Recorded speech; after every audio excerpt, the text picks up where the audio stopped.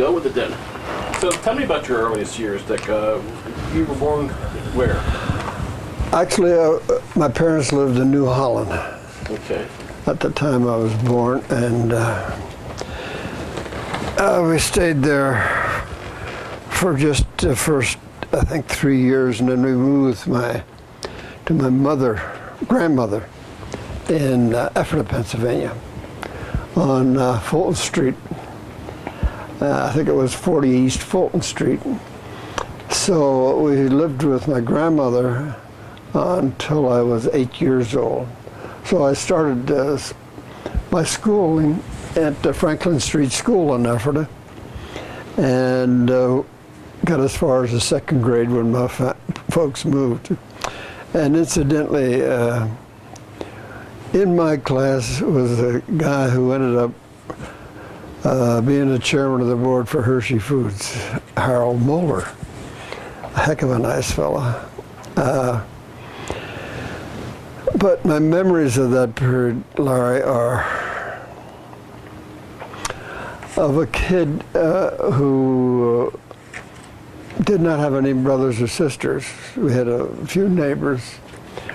And so that, frankly, I feel that I was scared to death to go to school. I guess this happens once in a while, but we had no kindergarten. So I'm going to school. I was, for the first few months, and the first year or so, I was scared to death most of the time. From there we moved, when I was 8 years old, to Lancaster. And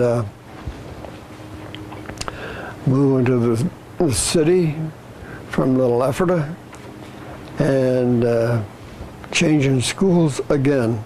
My memories are of being scared to death of all these strangers around me and so forth.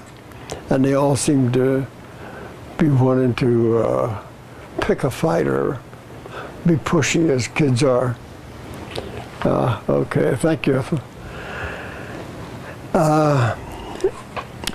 So the first year or two at Lancaster Township Junior High School were difficult, but from then on I caught on, and memories are of the principal, and she took a liking to me and made me a patrolman on the school patrol, street crossing.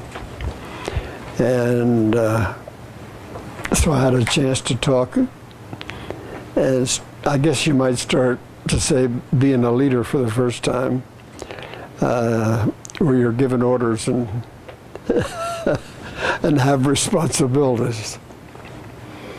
Tell me about your parents. A little bit about your parents. What were they like? What were their names and what were they like? Well, my father was Richard Nago Winters, whose parents had the Hotel Hershey,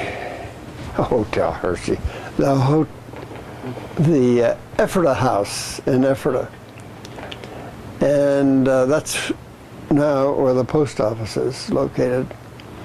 And so they had the hotel there, and they had that until it burnt down. That was Hotel Calico. Yeah. And then my grandmother moved to East Fulton Street when my grandfather passed on. So that was basically my parent. My mother then was an Espenshade, and her parents What's her name? were Mennonite, and they were from the New Holland area. And that's where my father met my mother, at New Holland. So my mother never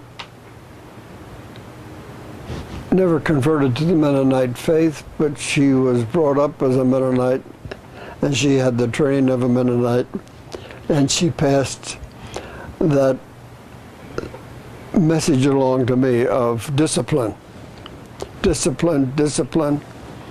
And the other thing, as I was thinking about it, is the respect for women.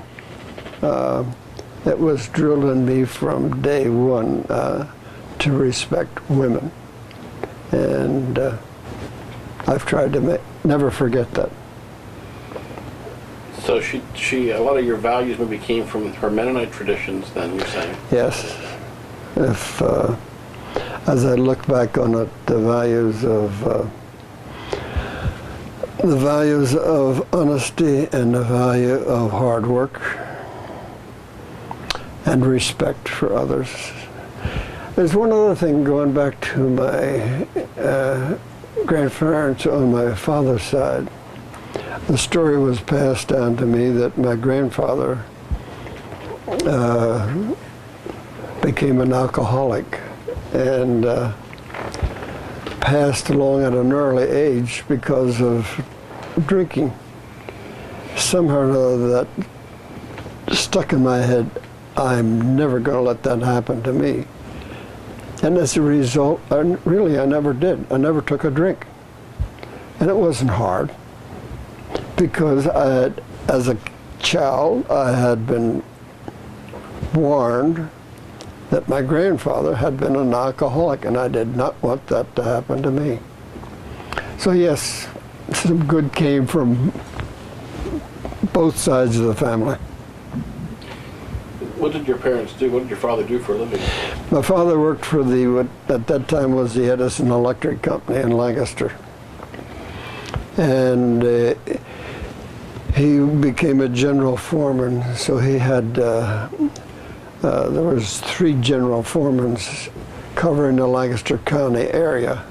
So he had part of about a third of the area that Edison Electric Company covered, and of course it was during this time as I'm growing up in these early years of my life that they were still constructing lines to the farmers and to the surrounding counties, and as a result I had an opportunity as I got a little older, as I got to the age of about 16, 17, 18, to get summer work digging pole holes so that they could build these electrical power lines. It's a good way. It's a good way to learn how to handle digging a hole and hitting water and then hitting rock, and that slows you down. I can remember at that point you got 25 cents a foot for each foot digging a hole, and it was supposed to be a 6-foot hole. So you did your best, but if you hit rock, oh, that slowed you down, and of course you ended up on that point at about 40 cents an hour was what you're able to make.